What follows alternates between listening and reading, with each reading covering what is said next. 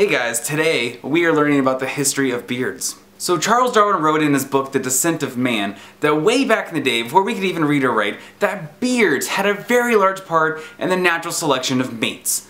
The better the beard, the better the chance you had at getting a mate. Moving on to the Egyptians, they loved beards. In fact, their beards usually centered around their chin, but it went way far down. And they would put stuff in it, like they would dye it colors, they would put cloth and everything else, but they also put gold in their beard. Yeah, that's right, they would thread gold into their beard to prove that they were wealthy. The Egyptians put gold in their beard? That's awesome. Now the Persians loved their beards. In fact, almost every man in the Persian Empire had a beard. And there was even a king once quoted saying this: "What a pity it was that a man possessing such a fine mustachio should have been executed." The king felt sorry for executing this dude because he had such a fantastic beard. Now the ancient Greeks were true beard lovers. They saw their beards as a badge of virility.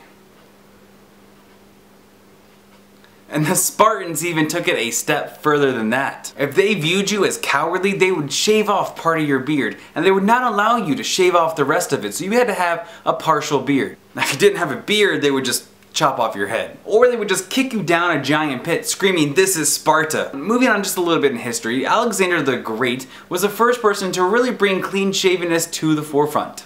However, there was a group of people that refused to shave their beards. Of course it was the philosophers who refused to shave their beards. I mean, because if you have a beard, you're clearly smart. In the early Roman days, beards came back everywhere. Everybody had one, everybody loved them, and everything was good. Until that jerk, Cornelius Scipio. He came in and shaved his beard and set the precedent for the whole freaking Roman era.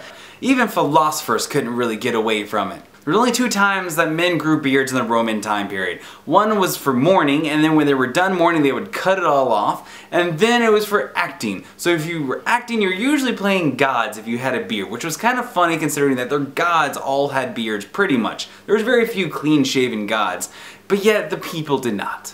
The first time a boy shaved warranted a festival. Now I don't agree with this. I don't think that you should celebrate the first time a boy shaved. I think the first time you get a whisker, there should be a festival. There should be a giant party to welcome you into manhood. And then after that you just never shave. It's perfect.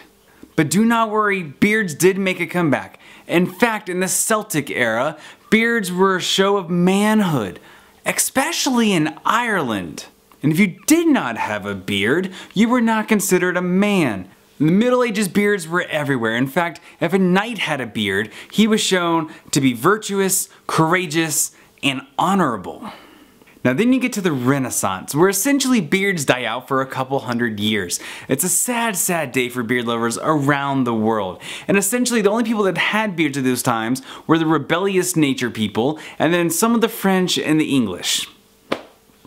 Like I said, this continued for a very long time. In 1698, Peter the Great of Russia actually enacted a law that prohibited any man in Russia. There's a lot of men in Russia, but he prohibited any man in Russia to grow a beard. Add on to that, he actually made a tax against it. So if you grew a beard, you had to pay a beard tax in order to keep your beard. This was all a way to become more Western, because the Western society never had beards. And at that time in 1698, Russia wanted to be more like the Western society. Moving on to the 17, 18, and 1900s, the beard stayed as a minority. That's right, it was a very sad time period for anybody who had a beard. Because pretty much at that point, all of the aristocratic people, all of the politicians, everybody in charge were all clean shaven. Nobody had beards.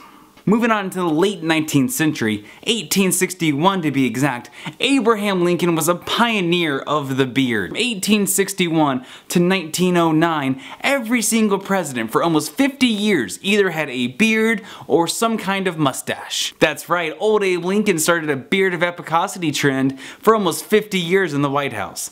I think that's pretty cool. Then shortly after that, the societal trends went to short hair and no facial hair. Sad, sad day until the hippie days of 1960. That's right, the hippie days, where everybody had beards, everybody had long hair, and everybody was happy. I like to think that everybody was so happy because of the amount of facial hair surrounding everybody. The amount of facial growth just made everybody happy, and I like to think that that is why everybody was so happy in the 60s. The influx of hair surrounding everybody just automatically lifted their spirits and made everybody happy. Has nothing to do with the drugs and everything to do with the amount of facial hair that you see on a daily basis. Other than the Tom Selleck stash and the Chuck Norris beard, it's pretty much gone downhill ever since. I like to think that it's on the rise. I like to think that beards are making a comeback. I mean, you have months like November where everybody is happier. Why is everybody happier in November? Because there is an influx of facial hair. Where some parts of the world you have Movember, where everyone grows mustaches to represent Tom Selleck. And then you have other parts of the world where it's just no shave November, where everybody doesn't shave. You might get some hipster kids that have really bad beards, but then you get people like me who legitimately want to grow a beard. And before I go, I want to say something especially for the guys. Guys, there's 3 pictures I want you to think of when you think of a beard. I want you to think of Justin Bieber. I want you to think of Tom Cruise. These are 2 people that don't have beards, that suck. You don't want to be like them. But then I want to show you somebody who is amazing.